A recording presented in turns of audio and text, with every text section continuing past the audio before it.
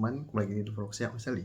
Hari ini saya mau ngebahas ya, apa alasan teman-teman jangan membeli iPad ini.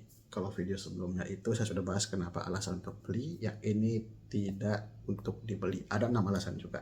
Nah, kenapa saya bikin perbandingan ini? Ini sebagai referensi teman-teman ya, ketika teman-teman sudah baca, sudah nonton ini, jadi teman-teman tuh punya pandangan, oh apakah saya harus membelikan iPad ini atau membeli iPad ini atau tidak. Itu kembali ke teman-teman lagi ya, ini hanya pandangan atau opini pribadi saya. Oke, yang pertama, yes, iPad ini jadul teman-teman. iPad jadul, sudah 9 tahun. Jadi umur memang nggak bisa bohong ya. iPadnya Apple, kita bilang kita tahu bahwa iPad itu punya kualitas yang bagus. Apple itu punya kualitas yang bagus, tapi ya umur ya tinggal umur ya. Ibarat teman-teman punya Mercedes atau BMW yang sudah tua, tapi ya kondisinya pasti sudah ada tidak seprima dulu ya. Apalagi ini kan ini kan bekas ya, bukan baru dari kotak, ini bekas.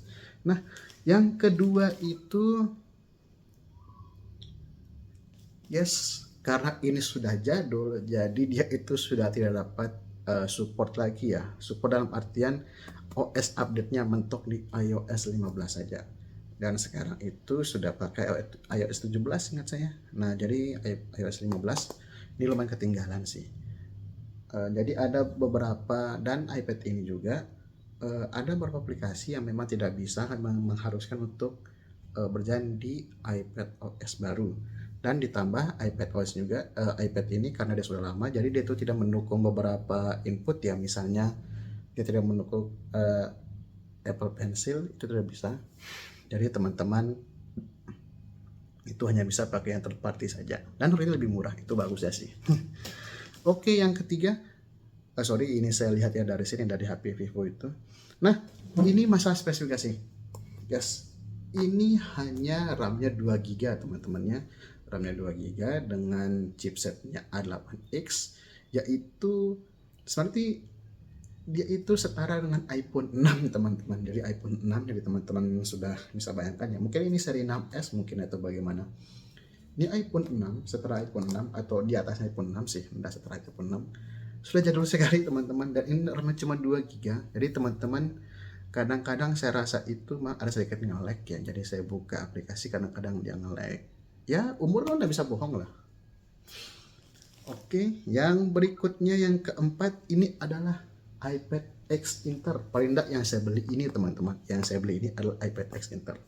Jadi masalah rawan dibegal, yes, masalah rawan dibegal itu iya.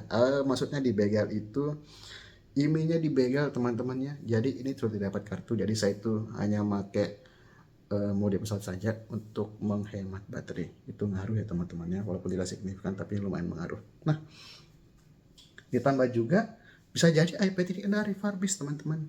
Jadi kita nggak tahu nih dalamannya seperti apa, apakah sudah pernah diganti, apakah misalnya sudah pernah di repair, apakah ini pernah rusak berat, kita nggak tahu. Apakah LCD sudah pernah diganti, kita juga nggak tahu teman-teman ya. Inilah makanya banyak orang itu kan biasanya, oh ini mungkin nggak worth it ya, karena ini kan X Inter dan lain sebagainya. Dan ini hanya bisa WiFi only teman-teman. Tapi kalau misalnya teman-teman ke luar negeri, misalnya ke Malaysia, ini bisa pasang kartu karena di sana tidak ada regulasi seperti itu, atau ada mungkin ya, tapi kayaknya insya Allah bisa deh. Nah, terus yang kelima, nah ini masalah budget teman-teman, masalah harga. Jadi Anda juga yang beranggapan bahwa iPad ini tuh untuk yang jadul seperti ini itu harganya di atas 1 juta. Ya saya paham memang, dan saya juga setuju juga di bidang ini, karena apalagi ini kan kita nggak tahu nih ini dalamannya seperti apa, apakah ini refurbish atau bagaimana. Apalagi emailnya dibegal, wifi only, harganya di atas 1 juta. Untuk teman-teman yang ketat budgetnya, mungkin pengen merasakan tablet yang besar tapi juga bisa pakai kartu dan kualitasnya masih terjamin, maksudnya HP yang kawan-kawan baru kan masih bagus tuh, masih aman. Nah, jadi itu juga menjadi pertimbangan teman-teman, karena kita nggak tahu nih apakah ini sudah pernah direkondisi, sudah pernah diperbaiki atau belum. Nah, Terus yang terakhir ini pamungkas sih. Yes, ini adalah barang gacha teman-teman ya, barang gacha. Kenapa saya sebut barang gacha? Ya ini ada hubungannya sama yang alasan kelima tadi, yaitu ini adalah iPad Intel teman-teman. Yang kita beli ini, nah harga 1.300.000 untuk internal 16 GB ini harganya lumayan loh, harganya lumayan. Dan ini barang gacha, kita nggak tahu nih isinya udah pernah diobrak abrik apa enggak. Bisa jadi ini itu 1 bulan atau 2 bulan kemudian bisa rusak ya, kita nggak tahu. Nah itulah tadi kenapa ya saya sebut ini barang gacha. Tapi itu menurut opini pribadi saya. Jadi kalau teman-teman punya pendapat lain bisa tulis di kolom komentar. Nah, itu sih. Ya, sekian dulu video dari saya. Terima kasih yang nonton. Jangan lupa like, comment, dan subscribe. Dan nyalakan tombol loncengnya agar teman-teman tidak ketinggalan video dari saya. Oke, terima kasih. Assalamualaikum warahmatullahi wabarakatuh.